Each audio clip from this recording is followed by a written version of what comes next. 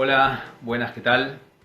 Soy Gabriel Di Meglio, soy historiador y hoy me han invitado y agradezco al Ministerio de Educación y agradezco a Educar por la posibilidad de estar acá y por el esfuerzo que está haciendo en este contexto tan complicado para seguir educando.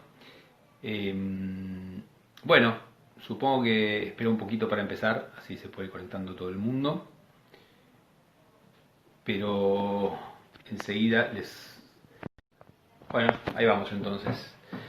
Bien, como decía, quiero agradecer otra vez la invitación a Los expertos nos cuentan.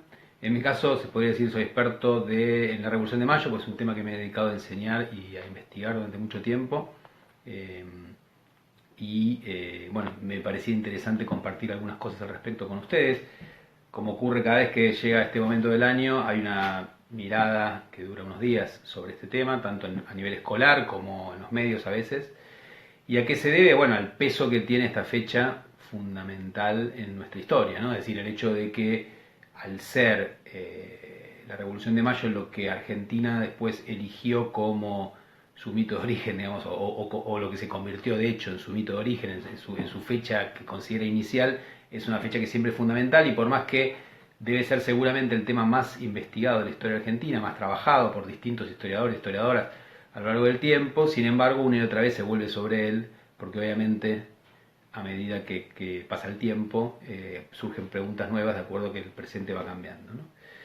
De todos modos, hay algo que a mí siempre me parece muy interesante y es que en las últimas décadas hubo algunas, sobre todo en el mundo universitario, de los centros de investigación, etcétera, ha habido algunas renovaciones muy fuertes en la manera de mirar la Revolución de Mayo y lo que empieza en la Revolución de Mayo, que no siempre han permeado otros lugares, ¿no? Es decir, a veces todavía muchas de las perspectivas que tenemos tienen más que ver con el tipo, por ejemplo, con la mirada escolar de cuando yo iba a la escuela, digamos, en 70s, 80s, que era la misma que ha cambiado mucho, pero que era la misma que en general hubo durante el siglo XX para pensar este periodo. ¿Y en qué sentido han cambiado algunas de las cosas que nosotros pensamos sobre la Revolución de Mayo? Varias muy importantes, ¿no? Quiero enumerar 4 o 5.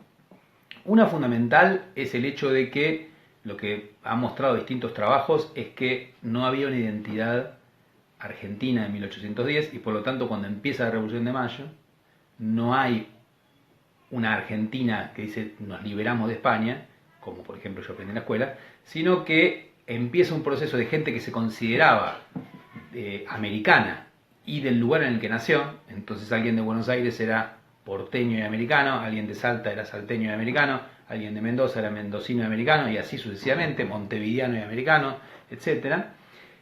Y cuando uno ve los documentos de San Martín, por ejemplo, nunca habla de Argentina, habla de América, ¿no? De la libertad de América.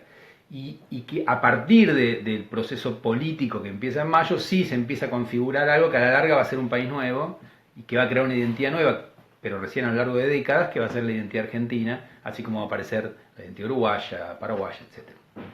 Entonces, no existía Argentina en 1810. Esto parece una obviedad, pero no lo es tanto porque muchas veces decimos cuando nos liberamos de España, poniéndose a nosotros mismos allá atrás, cuando en realidad ahí empezó recién el proceso de formación de un país que fue lento y conflictivo, ¿no? Eso por un lado, eso para mí ha sido un cambio muy fuerte, pero también que muchas veces choca contra algo muy habitual, que es creer que uno proyecta a Argentina hacia atrás y que siempre estuvo ahí, ¿no? Una vez me acuerdo una revista que decía los primeros argentinos, la Patagonia hace 10.000 años. Bueno, eso es una falsedad porque obviamente no tiene nada de argentino, ¿sí? Porque no existía ese proyecto. Entonces, pero sí, también es evidente que no existía en 1810 y que se empezó a construir a partir de entonces. Eso por un lado. El segundo punto que para mí me parece central es que lo que ocurrió en 1810 es una revolución, y no solamente la formación de un gobierno, porque la revolución empezó el 25 de mayo de 1810 y no terminó ese día. Es decir, del mismo modo que cuando uno estudia la Revolución Francesa no cree que la toma de la Bastilla es el fin de la revolución, sino que es el inicio, la revolución empieza de manera bastante incruenta, tranquila, si se quiere, el 25 de mayo, y ahí recién comienza y dura unos cuantos años. Ahí los historiadores e historiadoras difieren de cuántos años, pero nadie va a decir que menos de 10 años dura la revolución, hasta 1820, otros dirán hasta 1830, otros hasta la Constitución de 1853, no hay acuerdo en eso, pero lo que es evidente es que es un proceso largo. Y por lo tanto hay que juzgarlo no por el 25 de mayo, sino por lo que pasó a partir de entonces, donde va a ser una revolución que transforma no solo el gobierno político, sino también la economía, la sociedad, la cultura, etc. Es una transformación brutal y por eso es que la denominación revolución es muy adecuada. Y también, como suele pasar con las revoluciones, otra cosa que sabemos hoy es que no hubo un plan previo, no estuvo planificada durante años. Uno a veces cree que estos personajes, antes llamábamos los próceres, siempre habían querido lo mismo y estaban esperando el momento oportuno. Muchas veces se decía que con las invasiones inglesas ya hay una idea que lleva a mayo de 1810, y sin embargo uno ve los documentos que hablan de los festejos en la calle de Buenos Aires, de las victorias sobre los ingleses, y la gente gritando ¡Viva el rey, viva España!, ¿no? Y muy pocos años después va a estar luchando contra España. Entonces había tensiones entre españoles y americanos antes, pero no habían llegado a que nadie planteara un plan de ruptura con España, excepto muy pocas personas, como un personaje olvidado llamado Saturnino Rodríguez Peña, y un grupo muy chiquito que empieza a planear algunas cosas de ese estilo, pero con muy poca resonancia en la sociedad. Entonces lo que va a pasar es que cuando empiece una enorme crisis de un imperio que ya venía en decadencia, en 1808, ¿no?, que todos conocemos, que Napoleón Bonaparte invadió España, el imperio francés toma España, captura al rey Fernando VII y queda una cefalía porque los súbditos de ese rey no reconocen al hermano de Napoleón, José, como nuevo rey de España, y por lo tanto empieza un proceso de empezar a pensar cómo reemplazar a ese rey, ¿no? Y entre 1808 y 1810 hay un montón de experimentos distintos, hasta que, digamos, en el Río de la Plata logran mantenerse las autoridades virreinales como hasta entonces, pero en 1810, cuando cae todo el imperio español, la península, toda España en manos francesas, la llegada de esa noticia permite que un grupo de conspiradores que quería, bueno, justamente el autogobierno, saque a las autoridades coloniales. Y eso es lo que ocurre el 25 de mayo de 1810, en esa famosa semana de mayo, en la cual empieza un proceso que nadie previó cuánto iba a durar. Nadie supo ese día, ahora empiezan 15 años de guerra, ¿sí? O sea, nadie supuso que eso iba a ocurrir. Nadie sabía exactamente que el futuro no está escrito, ¿no? Empieza un periodo muy conflictivo, apasionante de estudiar a quienes les gusta y decisivo para lo que terminó siendo este territorio.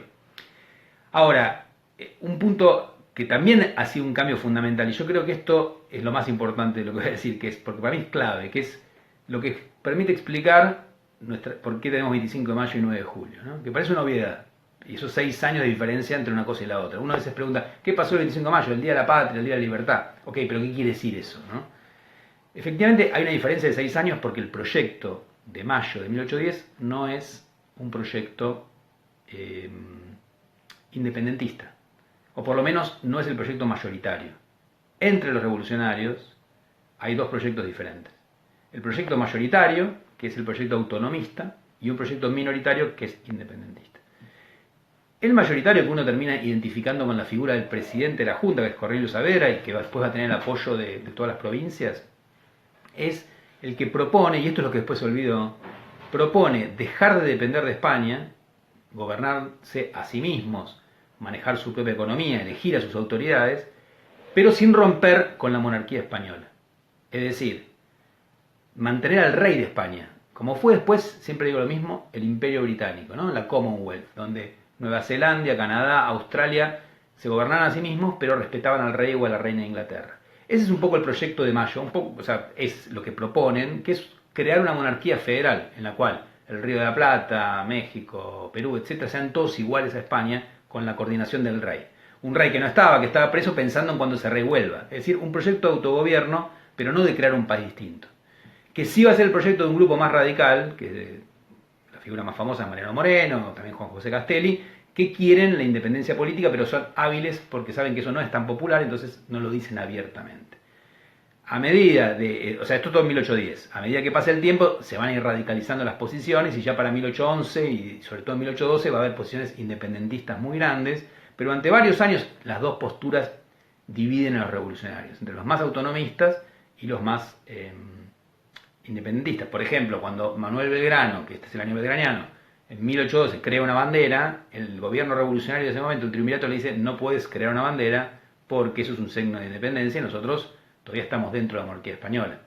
Y cuando en 1814 a este mismo señor, Manuel Belgrano, lo envían a Europa a negociar con los españoles, le dan las dos alternativas, que o puede negociar la independencia, sabiendo que los españoles no van a querer, o que el rey, que en ese momento volvió al trono después de la derrota de Bonaparte en Europa, acepte la autonomía de las de sus ex colonias dentro de la monarquía. Como el rey no acepta nada de eso, a los revolucionarios no les queda otra que fugar hacia adelante o perder, y por lo tanto optan por lo primero y termina siendo el Congreso de Tucumán el que declara la independencia, porque ya no hay ninguna alternativa posible. Entonces, ese proyecto autonomista, ese proyecto inicial, se perdió un poco porque después se supuso que cualquier persona que fuera, comillas, argentina, o sea, que estuviera en ese momento aquí, tenía que ser necesariamente independentista, porque ese fue el resultado. Pero hoy sabemos que eso no es así. Y esto no es un detalle menor, porque es lo que nos permite recordar que la historia siempre tiene muchas complicaciones, que nunca hay solamente dos bandos, patriotas contra realistas, sino que hay muchas divisiones internas, y que entonces fue un proceso político muy cargado de intensidad, de tensiones y de conflictos muy, muy importantes. Entonces, ese para mí es la recuperación que han hecho distintos historiadores e historiadoras de ese proyecto autonomista. Me parece uno de los aportes más grandes y que más se separa de, por ejemplo, lo que yo estudiaba en la escuela, es decir, que era un proyecto de que la idea era criollos contra españoles, sin pensar, por ejemplo, que muchos criollos y algunos pocos españoles fueron revolucionarios, pero sobre todo muchos criollos fueron realistas hasta el final, porque les parecía que eso era mejor, que esto en la historia tradicional era una traición, porque una traición a su patria, pero en realidad para ellos ese era el sistema más adecuado. Y eso me parece que es interesante, que a veces ponernos en la cabeza de los protagonistas, de qué pensaban en ese momento y no interpretarlos a la luz del resultado final. Esa es la ventaja que tenemos cuando miramos el pasado. Nosotros ya sabemos cómo terminó, pero ellos no. Y entonces siempre hay que tratar de entender la densidad del momento, ¿no? La dificultad de la situación. Finalmente, el último punto que me interesa destacar, dos más en realidad, como grandes cambios que para mí están buenos para pensar la enseñanza de este periodo y para entender el periodo. Hay dos que me parecen muy relevantes. Uno es el hecho de que antes, por ejemplo, cuando yo estudiaba en la escuela, uno veía primero lo que había pasado en el territorio que hoy es argentino y después América. Y en realidad hoy sabemos que es imposible separar lo que fue separado después. Es decir, es todo un proceso único, digamos, que empieza cuando colapsa España y que estalla en Venezuela, en lo que hoy es Colombia, en lo que hoy es México, y en todo el territorio rioplatense, en Chile, etcétera, y que hay que tratar de entender a la vez porque así lo tenían en la cabeza los protagonistas de la época. Y además, en el caso de lo que fue el Virreinato del Río de la Plata, tenemos un problema mayor, que es que después de ahí salieron 4 países distintos, se inventaron 4 países distintos, y entonces se estudian por separado. Entonces estudiamos Güemes y decimos, bueno, la frontera norte.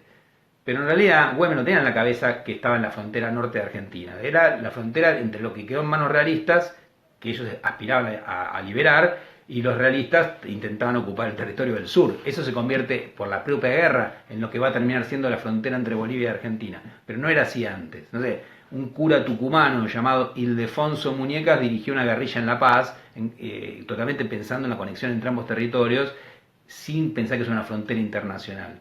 Del mismo modo que no podemos entender otro de los principales movimientos que empieza con la revolución, que va a ser lo que hoy llamamos artiguismo en la banda oriental, hoy Uruguay, sin tener en cuenta que buena parte del territorio que hoy es argentino también fue artiguista, ¿no? O sea, Entre Ríos, Santa Fe, Corrientes, Las Misiones, y por lo tanto no se pueden enmarcar en historia argentina o uruguaya porque era una historia común, no existía ni Argentina ni Uruguay. Eso me parece que es un tema central también. Y el último, para cerrar con esto, es el hecho de que la historia tradicional también, escolar también, se centraba mucho en grandes figuras políticas, estos llamados próceres, en general hombres blancos de clase alta que fueron dirigentes de este proceso revolucionario y por lo tanto ocuparon un lugar muy importante que no se puede minimizar. Efectivamente, figuras como Moreno, Saavedra, Castelli, Monteagudo, Artigas, San Martín, Güemes, Belgrano, son todos personajes fundamentales.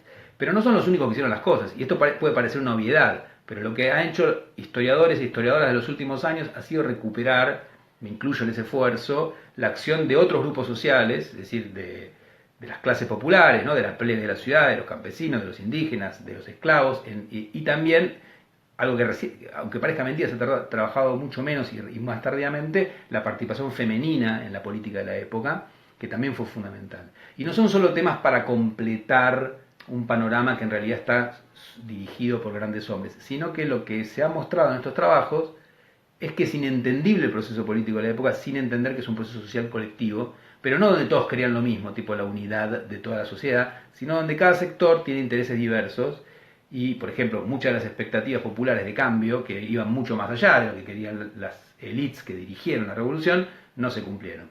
¿no?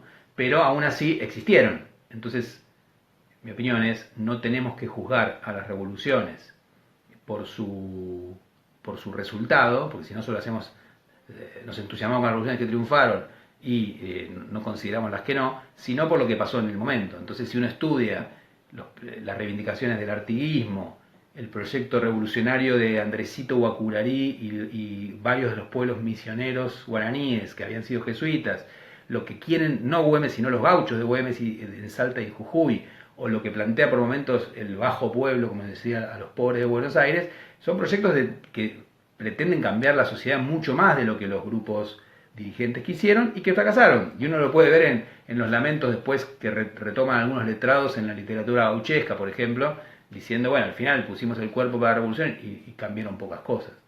En fin, en realidad no cambiaron tan pocas cosas, pero sí cambiaron mucho menos de lo que muchos querían. Lo cual no quiere decir que ese proyecto revolucionario no haya existido.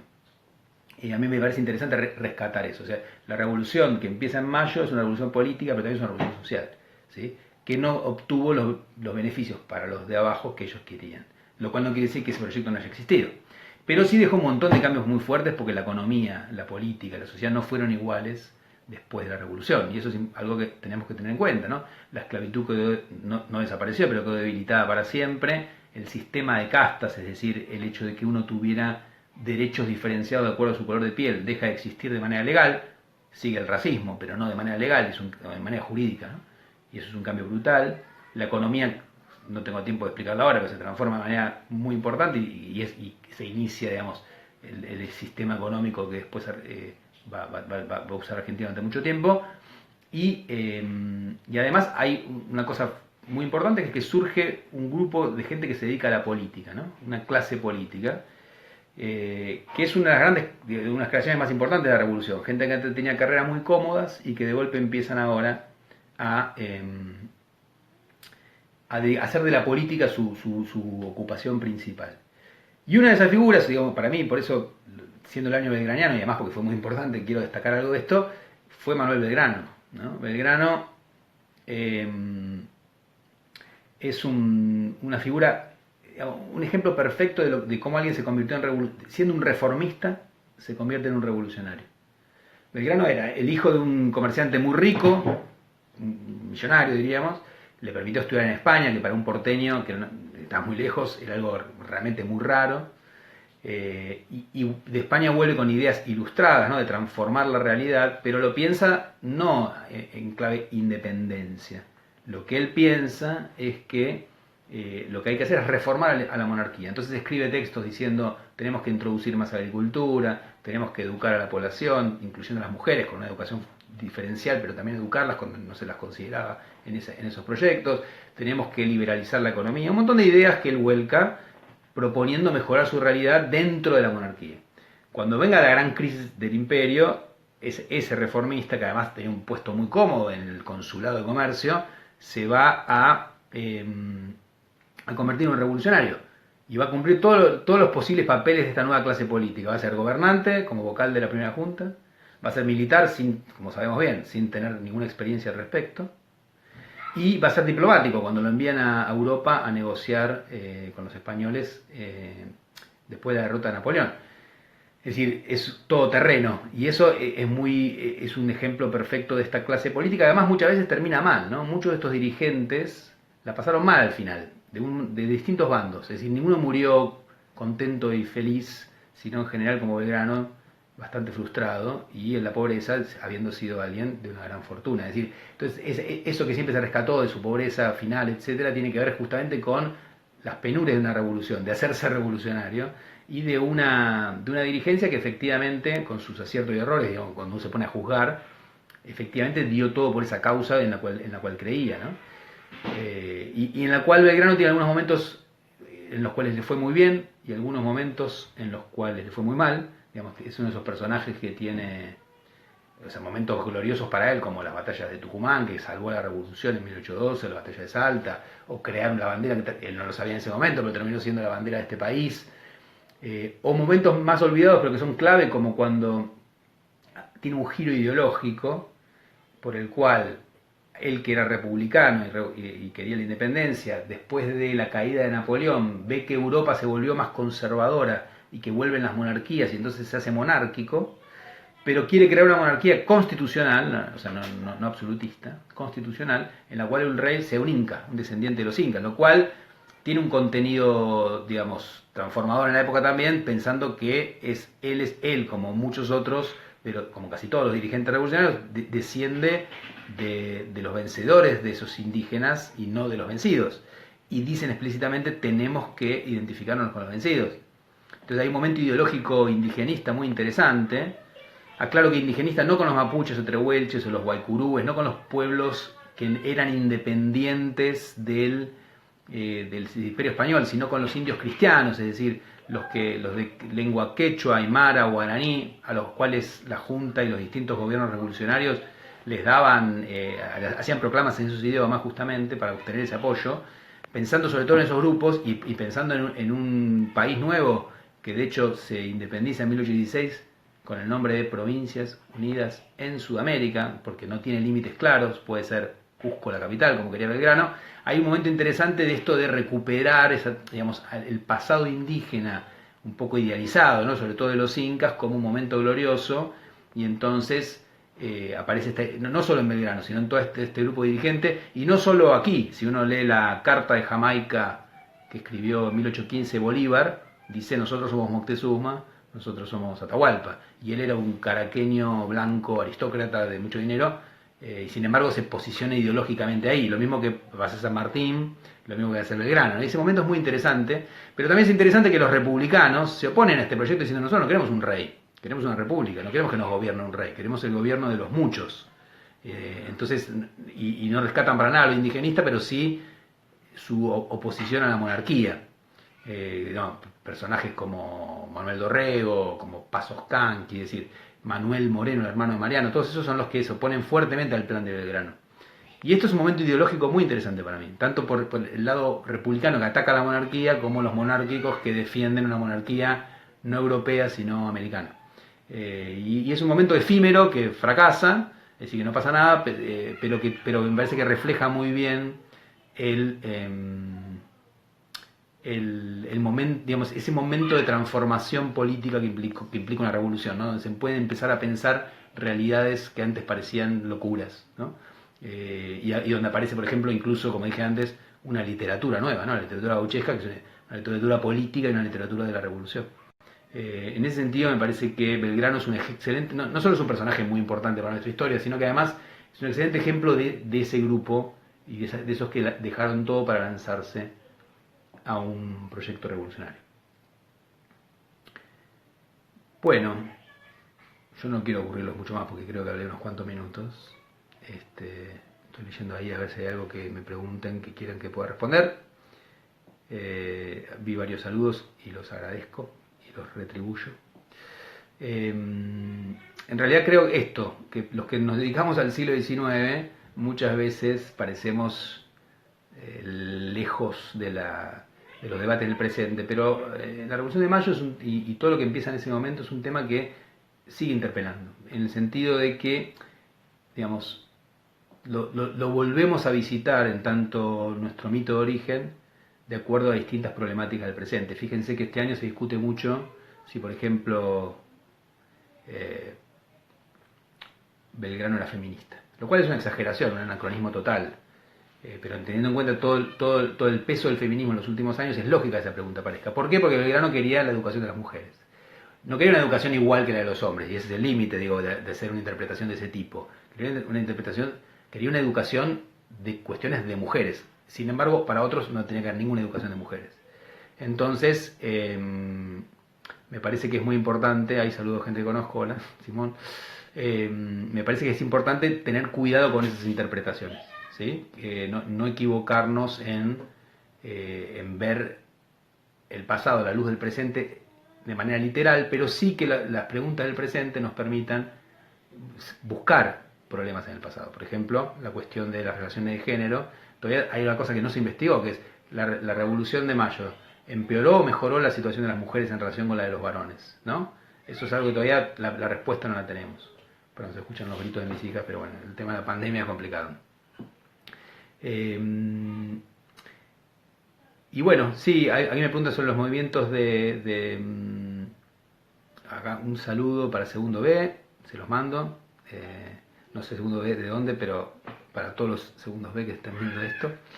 Y respecto a la cuestión de los movimientos de base que dicen, bueno, sí, digamos, en mi propio trabajo y en general creo que ha habido una muy buena renovación de esas cosas en distintos lugares de Argentina, de Uruguay, de Bolivia actualmente, digamos, trabajo sobre la participación de los indígenas, de los campesinos, de los gauchos, de, en mi caso, la plebe de la ciudad de Buenos Aires o el Bajo Pueblo, es decir, de cómo rescatar la historia de esta gente mayoritariamente analfabeta, que no dejaron, porque antes de la educación pública la mayor parte de la gente no sabía escribir, y eso era es más fácil estudiar a Belgrano, o a San Martín, o a Moreno, gente que eran letrados, que tuvieron la suerte, digamos, por su posición social, de poder, tener de poder escribir, y entonces dejar su pensamiento escrito.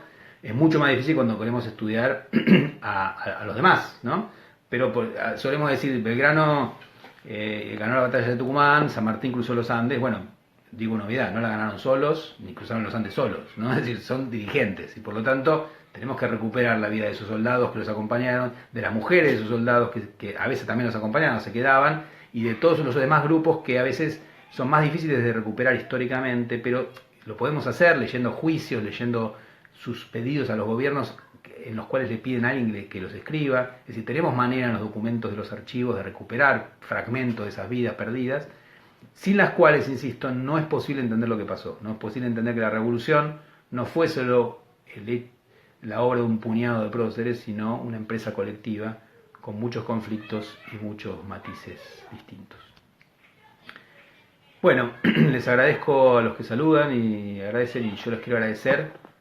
Y también quiero agradecerle otra vez al Ministerio, a Educar, por este esfuerzo que están haciendo y por la posibilidad de estar acá con ustedes charlando sobre estos temas que año tras año me encanta repetir porque me apasiona. Así que bueno, un gran saludo para todos y todas, y que podamos seguir surfeando esta situación tan complicada entre todos. Hasta luego.